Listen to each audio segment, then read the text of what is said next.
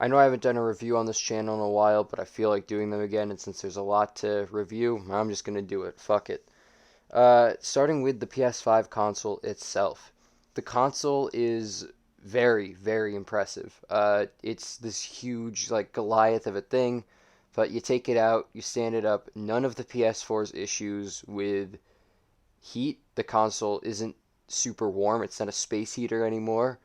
Uh, there's almost no fan noise. There's some issues with the coils I've heard on some models, but it's not prevalent and it's almost unhearable for most people, especially while you're playing any game with headphones in, or just any game with audio at all, honestly. Um, I, Besides just the physical features, you go into the console and you get incredibly impressive and consistent frame rates, and also just the visuals. The 4K is beautiful on it. I was playing a lot of Spider-Man Miles Morales, and in that game, I think, intentionally made it snowing at all times just to show off the true power of the console, and it really does shine through in those instances. It's incredibly, incredibly powerful. I'm not the guy for specific stats on that, but I know it looks fucking good. Another huge development made with this console is the controller, the DualSense. I think it might be one of the greatest, if not the greatest controller ever.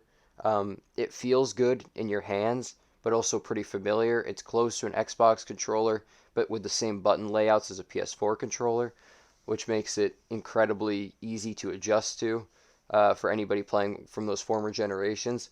It has grips on the back that don't feel gimmicky and weird, but actually help. They're like completely sweat resistant. Um, I've had some pretty long sessions with it at a time. The battery has lasted for me anywhere from 12 to 14 hours at a time without charging it, I would say. I've done some stress testing on that. And that's even in games like Astro's Playroom. Well, a lot of switching between games, but you have sometimes when you're playing Astro's Playroom, which is heavy on the controller, using all the new features of the controller, which I'll get into in a second. Um, but also switching between playing PS5 games like Spider-Man and then going back to some of the PS4 games. A lot of Minecraft I've played, uh, like the PS4 edition on PS5, and it lasts a long time throughout those sessions, which is nice. The new features in the controller are pretty insane. The rumble really does, you can feel every single footstep, like people were saying and like they were advertising. And it sounds gimmicky at first, but once you get it in your hands, you'll really notice how great that is. Um, it added the thing that the Switch Joy-Cons have, the 3D Rumble, I think they call it on the Switch. I don't know what it's called on that, on the DualSense, but you can feel like if there's a certain amount of things, say somebody puts like five balls in the controller, they show this in Astro's Playroom. If you shake it around, you can feel those five things pinging off of the inside of the controller, which really is awesome.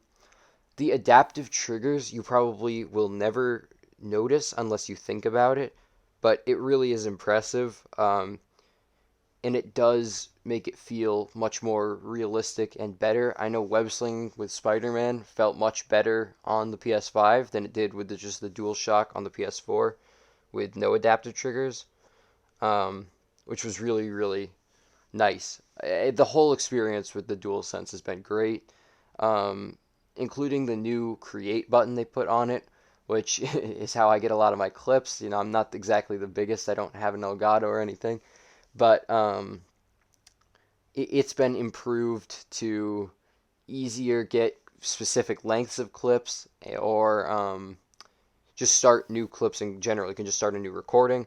You can get anything from the past hour of gameplay, which is really, really nice. Another point of interest on the console has got to be the UI, the user interface, which is incredibly, again, impressive, but also minimalistic and avoids some of the pitfalls that the PS4 fell into. There basically are no more applications like the PlayStation Store or PS Now or having to open these different menus.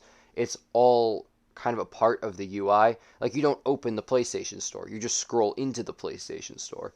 And you also don't need to go into the PlayStation Store to find games to buy. You can just search it. There's a little magnifying glass at the top right of the screen. You can literally just search for PlayStation 5 games, and they'll come up, and you can just buy them right there, which is nice. The nicest part about the UI, though, has got to be the little quick menu that pops up when you just hit the PlayStation button. You don't even really have to use the home screen anymore. I mean, it'll boot up when you first launch the console, but you can switch between games from the quick menu. Not quick resume, by the way. It's not the Xbox feature. Um, but it does allow you to open up other games. You can check for trophies and stuff like that. You can join parties. I have only joined parties from the quick menu. I don't even know how to do it normally because there's no need to do it normally anymore, um, which is awesome. You can go through parties easier. The whole online area has been improved pretty notably. It's still unfortunate that they had to cut the way parties used to work on PS4, where you could just start one and have everybody join it. But I had an assumption at the time that it was because they wanted it to be easier with PS5, and I've got to say it really is much easier, even though it does kind of suck.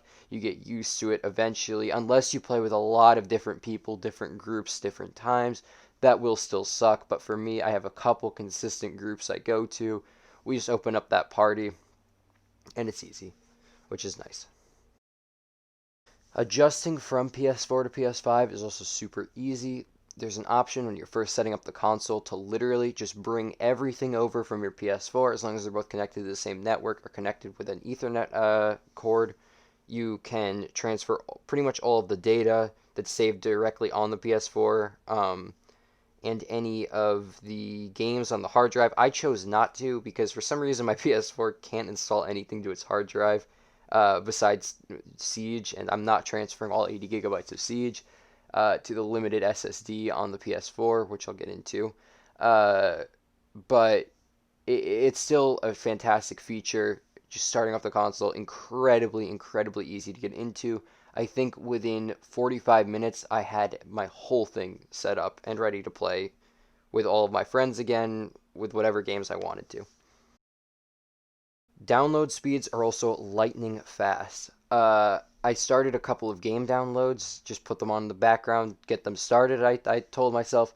But no, you can literally download them in a matter of minutes. I think that the 50 gigabytes of Spider Man Miles Morales downloaded in about 5 minutes for me, which granted I am connected via Ethernet cable, but I didn't even know that was going to be a feature on the PS5, but it is incredible.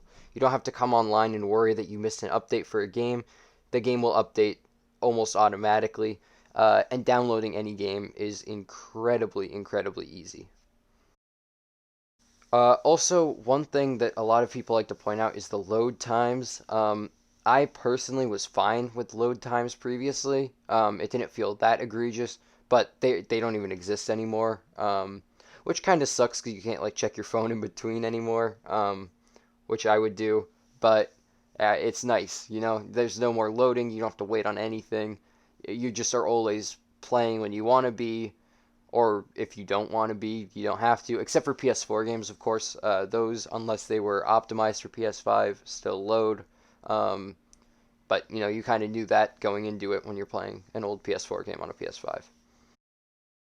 Now, of course, there are some downsides. The PS5 has a ridiculously small onboard storage of about 620 gigabytes if you're lucky. Sometimes the PS5 will also save certain storage depending on your how you act with the console and how you use that storage previously. Um, so you might not even get the 620 gigabytes. I don't think I have the 620 gigabytes, um, which is really unfortunate because you're going to have to constantly be swapping and deleting games on the ultra fast SSD. You can plug in an external storage for PS4 games, but PS5 games need to be on the baked in SSD until Sony whitelists external SSDs, which can be as quick. Um, which right now they're just not, unfortunately. So very limited disk space. Do not fucking download Call of Duty on this thing. Spare yourself. At the end of the day, I'm going to give the PS5 a 9.5 out of 10, which is an incredibly high score.